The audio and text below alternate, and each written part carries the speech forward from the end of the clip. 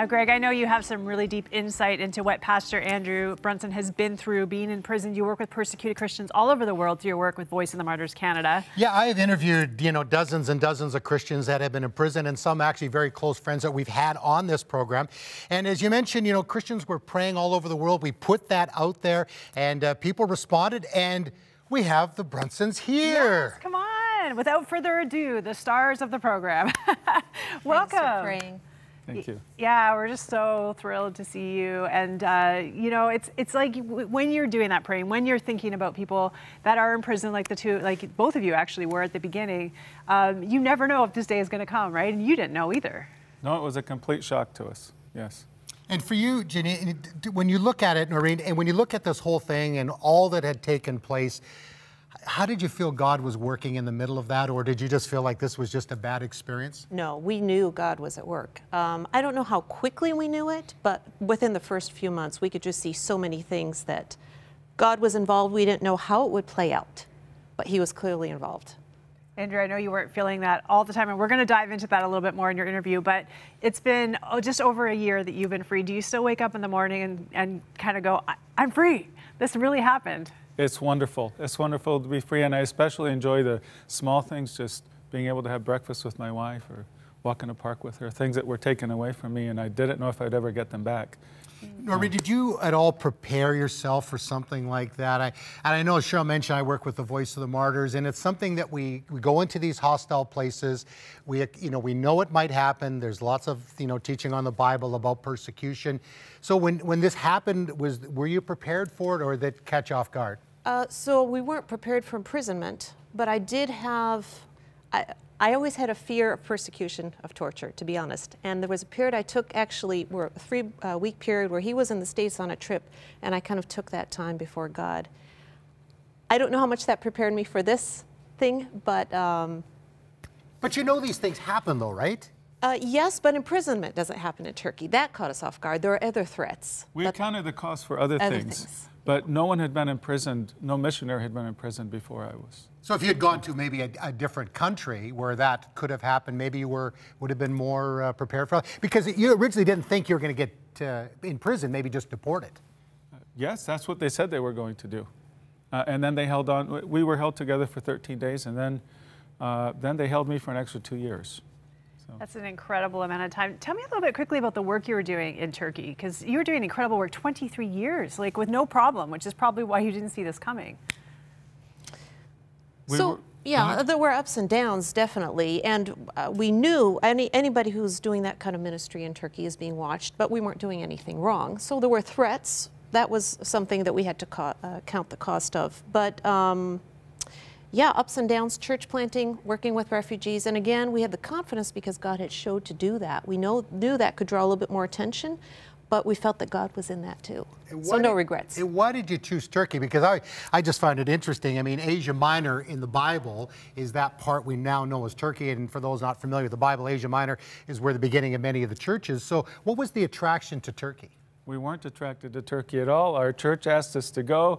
When we got on the plane, to go over there, Norine was crying, my life is over. And so, but after a few years there, just God really put some of His love for Turkey into our hearts. And we have no regrets about having gone there. Well, we are going to dive a little bit more, Andrew, into your experience in prison in just a minute. So everybody, stay tuned. It's coming up.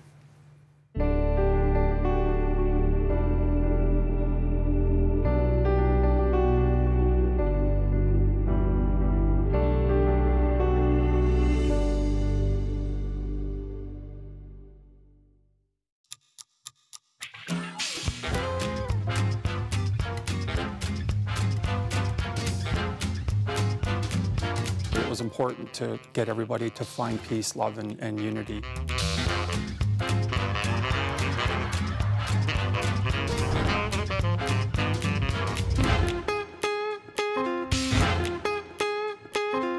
Give our prayer lines a call. That's why we're here, and those prayer lines are available all day and all night.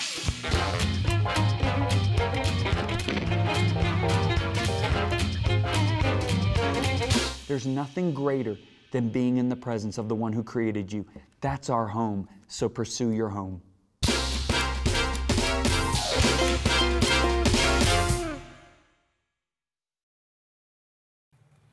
Well, we are thrilled to be able to sit down with Pastor Andrew Brunson and just dive deeper into your story. We're so thrilled to have you here.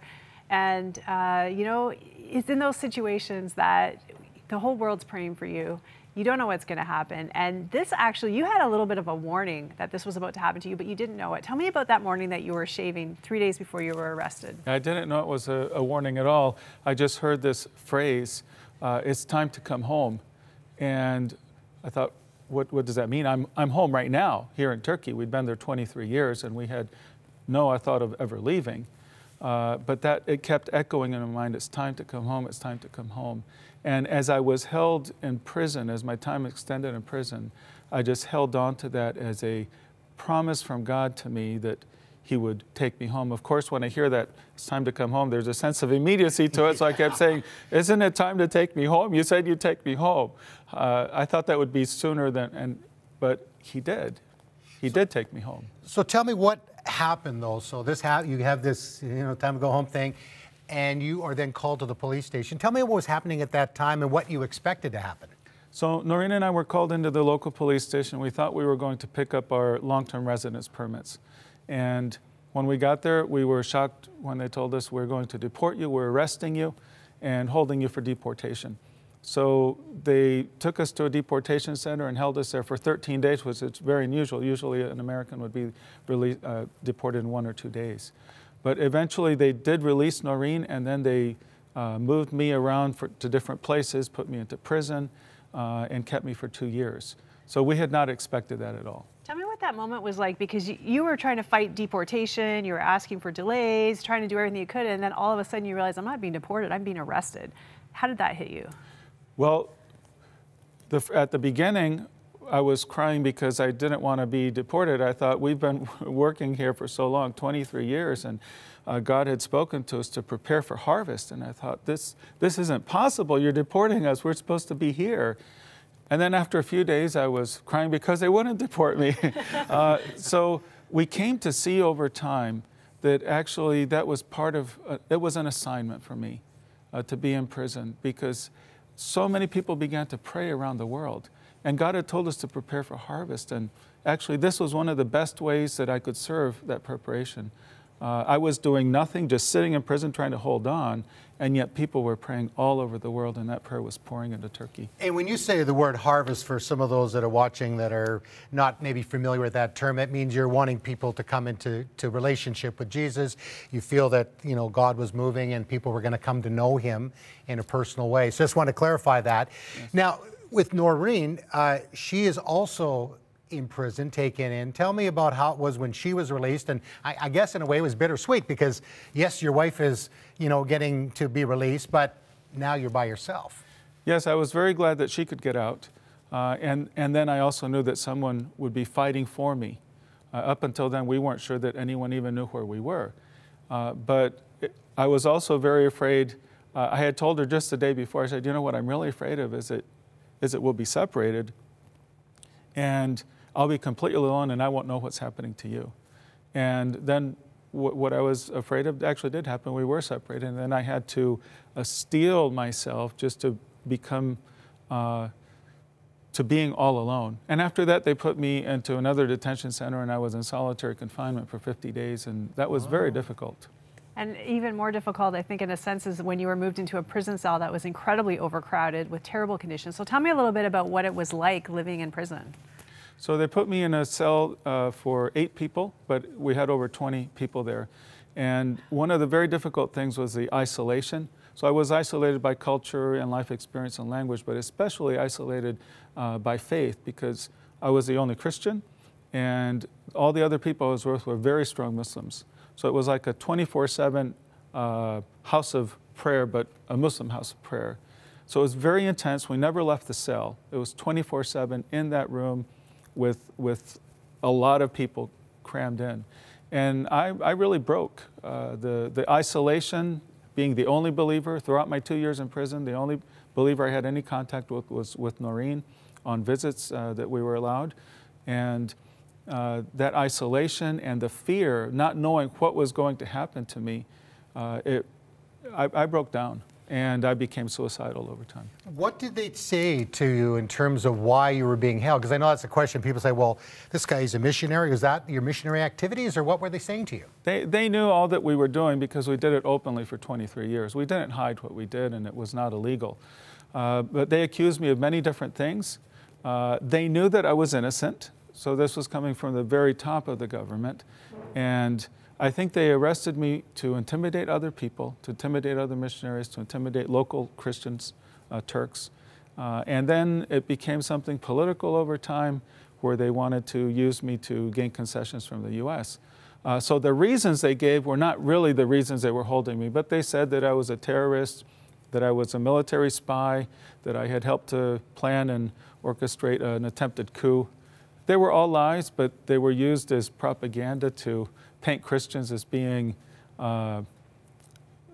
traitors and haters of Turks, which is not at all the case. We don't hate Turks, we love Turks. Yeah, absolutely. Yeah. Such a difficult time for you in prison. You mentioned you became suicidal. Just before Christmas, you're out in the prison yard, you're looking at the clothesline. Tell me about that moment. Well, what took me there was a real sense of despair, isolation, and feeling abandoned by God. He never abandoned me, I want to stress that, but I felt that way. And I had pursued God's presence for years before.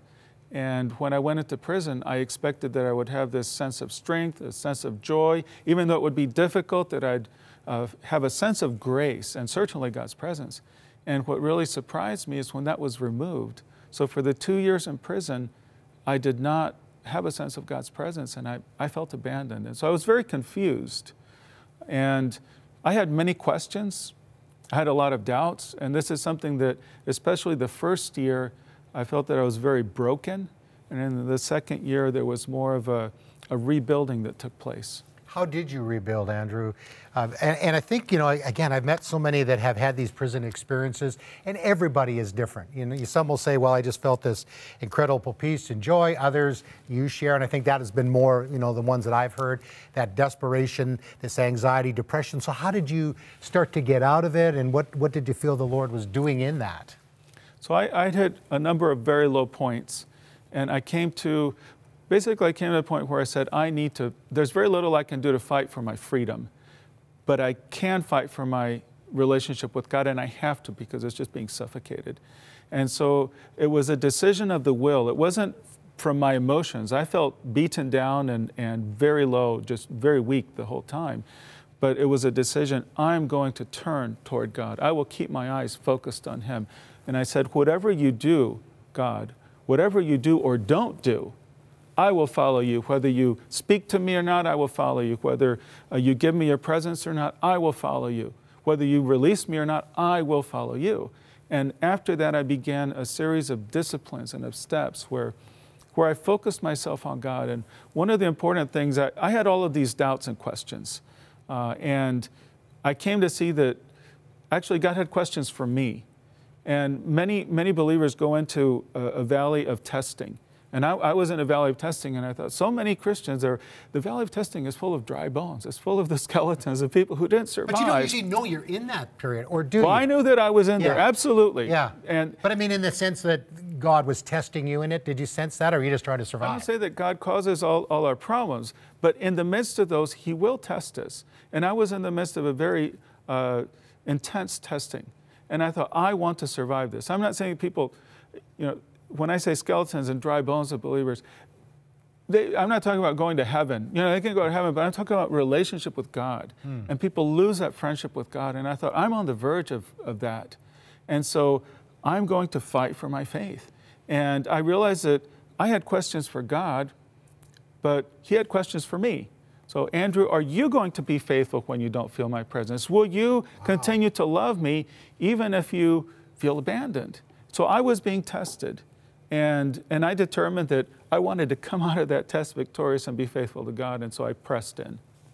You know, you actually went all the way to the point where you started thinking that you'd be more impactful for God and His work if you stayed in prison. So that's like a huge arc from, you know, from where you were thinking, I'd be better if I committed suicide. I didn't want to be in prison, but I came to think, oh no, I see all these people praying for me, and maybe I'm more valuable to God in prison than out, so He may keep me in here so more people will pray. But what I did come to was there was a battle to say, your will be done and not mine. And if your purposes are best served by my being in prison, I don't want to be here. I want to be with my family. And the Turkish government had said they wanted 3 life sentences for me. So I thought I might spend the rest of my life there. I said, I don't want to be here, but if my being here will serve your purposes, then I want to serve your purposes and not mine. Wow. Did you know, Andrew, that people were praying for you, and did you feel that? I knew it because this is what Norine would tell me. We were allowed 1 visit a week, and through reinforced glass and on phones. And I would ask her every week, are people praying for me? I had such a hunger, a need to know that believers were standing with me. And she would say, yes, and it's actually growing. And this was an encouragement. But there was no guarantee that I would get out. And there's no verse in the Bible that says Andrew will be released from prison. So it was an encouragement. I could see that God was working. I know that there was a lot of grace, but it was an unfelt grace. So I didn't feel, oh, all these prayers are pouring in, and I have strength this morning. I know objectively that people are standing with me in prayer. This is an encouragement, but I still feel weak. So just after 2 years, you get on a plane, and then you come down those steps and you see your wife and your kids. Tell me about that moment and what you were feeling. It was a roller coaster that day because I was taken to my 4th trial session, and I was actually convicted of being a terrorist. And so they convict me, they sentence me to prison, and there'd been all this pressure for me to be released, and I thought, well, none of it worked. Now I'm going back to prison. So they convict me, they sentence me, and then suddenly they say, we're releasing you while you appeal the sentence. And then there's a rush to get me to the airport onto an Air Force plane and back to the States. So we went from convicted in a court to 24 hours later being in the White House. Tell me about that. I mean, here's a guy that thinks maybe you're going to spend the rest of your life in prison, and whatever, God, you're going to do what you're going to do, and then you're in the White House. I mean, that I can't even get my brain around that. It was a real whirlwind, and it felt very surreal to me. It felt to me like it was happening to somebody else. Just if you can imagine the roller coaster of emotions from conviction, thinking I'm going back to prison, to suddenly, within a day, seeing my children and being free again. It was only God. Only God. Yeah. We have less than 30 seconds left, but just tell me, for someone watching right now who's going through a trial, who may be experiencing some of the same emotions you felt, what advice would you have for them? You have a choice, no matter how difficult your situation is. You have a choice to turn toward God or away from Him. And it was my turning toward Him and determining that I was going to keep looking at Him that invited Him into my situation, and I began to cooperate with grace. So everyone can turn to Him. Wow, we have learned so much in this few minutes here. That intentionality of turning towards His grace, because I'm a feely kind of person. I want to feel that. And I don't want to go to prison, but you know, when we do get into those rough spots, we continue to choose grace. Well, Andrew, thank you so much. And we're going to see you at the end of the program as well. We're going to talk a little bit about persecuted Christians, some of the things going on. Did you have a Bible when you were there? At various times I had a Bible. Sometimes I didn't. Well, the Bible's an important book, obviously, and talking with those that have been in these prison experiences, if they did have the Word of God, it really helped. So this is the year of the Bible, and the Passion Bible is a Bible that we want you to get a hold of because it can transform your life. Find out how you can get your copy. The Bible is the most catalytic book in history. It has inspired more expressions of beauty and societal advancement than any other book ever. Crossroads is proud to engage in a global movement marking 2020 the year of the Bible. Dr. Brian Simmons brings you a new powerful Bible translation from the original Aramaic, Greek, and Hebrew manuscripts. The Passion Translation is for every person on earth to read and experience and encounter God. Be inspired by this new translation or give it to someone in your life who God's placed on your heart. I believe the Passion Translation can help you discover more of what God has for your life. With your ministry donation of $45 or more, or when you become a new monthly member, you'll receive the Passion Translation Bible as our thanks for your support. Call 1-800-265-3100 or visit crossroads.ca/passion. Help make 2020 the year of the Bible. Donate today. one of the things that Andrew Brunson shared with me off camera is that the Bible was such a comfort to him while he was in prison. Not just what was in the pages, but the actual physical Bible holding it. It represented his faith. It represented hope. It represented promises. It represented so many things that the Bible teaches us about how to go through hard times. That's why we want to get this Bible into your hands. We believe this is life, and this can change your life. We hear it every day on this program. So we would love to send this out to you as our thank you gift for you. As a gift, for a gift of $45 or more, we will get this into your hands. Give us a call at 1-800-265-3100. By doing so, you keep this program going strong every single day. And thank you so much for all you do. Well, up next, we have pastor and Bible teacher Robbie Simons speaking with our very own Greg Musselman.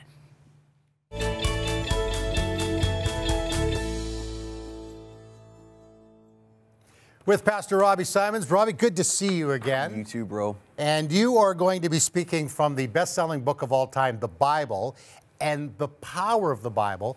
And I remember hearing Ed Cole, and if you remember him, Christian Men's Network, kind of before the Promise Keepers, but he talked about the Bible being weighted with eternity. And some people struggle with it because it is such a unique book, but you're going to make it understandable for us, and you're going to help us to see why we need to study the Bible. Yeah, well, we're in the Year of the Bible here. I'm so thankful for that. 100 Huntley Street. And so, of course, if you're in the Year of the Bible, you got to teach about the Bible. So we're going to learn what the Bible says about the Bible. We're in Psalm 19 this week, Greg. I'm honestly very, very excited about what's coming. I think it'll be super helpful. The thesis for our week is this, that the Bible says about itself, it is supernatural, it is wisdom-giving, it is life-changing, and joy-producing. Now, how's that for a book endorsement, huh? I mean, a good one. Yeah, what other book can claim to be? But that is true. And that's just from a couple of verses from Psalm 19. So we're going to be unpacking this. And again, I'm thrilled for us to understand. Listen, if we want to be men and women who are wise, we have to be in the book. If we want the true source of joy, we have to be in the book. If we want to know the path of life and salvation, we cannot avoid the message that is found pointing us to Jesus Christ. Simply put, if we close the book, we're dead. Oh yeah, we shut off wisdom. Now, are you one of those guys that likes to read instruction manuals? Not really. Me neither. But here's the thing. I know, and I YouTube it a lot of it. Even the other day, I changed the light on my car, which I was very impressed, and so was my wife. But I don't. Sometimes I struggle with, reading those, the owner's manual, whatever. But with the Bible, we have to read it. It's more than a manual, but it tells us how to live our lives. To avoid evil and to live in a way that would, glorify God. Yeah. So I mean, a few verses just to be mindful of too. In 2 Timothy 3, Paul says it makes us wise for salvation. Jesus says in Matthew 4, man does not live by bread alone, but by every word that comes from the mouth of God. Jesus in his high priestly prayer, he says, Father, sanctify them in the truth. Your word is truth. Psalm 19, again, the law of the Lord is perfect, reviving the soul. If we are not in this book seeking Jesus Christ, again, it's over. So God, teach us this week. And, one of the things that happens, I think, Robbie, and, we've got people watching that are maybe new and following Jesus, others that have, followed Jesus for many years. And I know even in Bible school, the danger was you start treating that book like a manual, and over time you can just sort of take it for granted, and it's, hey, it's the checklist. I've read my Bible today, and not allowed it to really penetrate. Thanks for bringing that up, okay, because I'm so passionate about this. We have to be convinced this book is not a check mark. It is not a chore to do. It is a lifeline to God. It is God's voice to live life. I mean, Psalm 19 tells us this week, it's the warning sign of how not to destroy our life. It's the reward sign of how we get life. We must be in it to seek the Lord Jesus Christ. Again, and tune in all week. I pray, tune in to see what he does. You got me all fired up, brother. I love it. You're cheering me on. Good. So we want to get wisdom. We want to get life. We want to have meaning. Yeah. All this week with Pastor Robbie Simons. Fridays have become even more fabulous here on 100 Huntley Street. Celebrities, athletes, and influencers join us every Friday. Check out Fab Fridays on 100 Huntley Street on Yes TV and streamed on Castle. So talking to Andrew Brunson and Norine, it is so timely right now. The World Watch List was just recently released by Open Doors Canada, and it lists the top 50 countries in the world where Christians experience persecution, and it was labeled, the title is A Less Tolerant, More Dangerous World for Christians. How did you respond when you saw that kind of thought coming out? Was that what you see? So my situation was unusual in that many people prayed for me. Most of the people who experienced persecution maybe their families have rejected them. They may be the only believer in their family. And so they don't have people praying for them. Many of them are unknown, except that God knows them. And this is a real comfort to me. He honors them.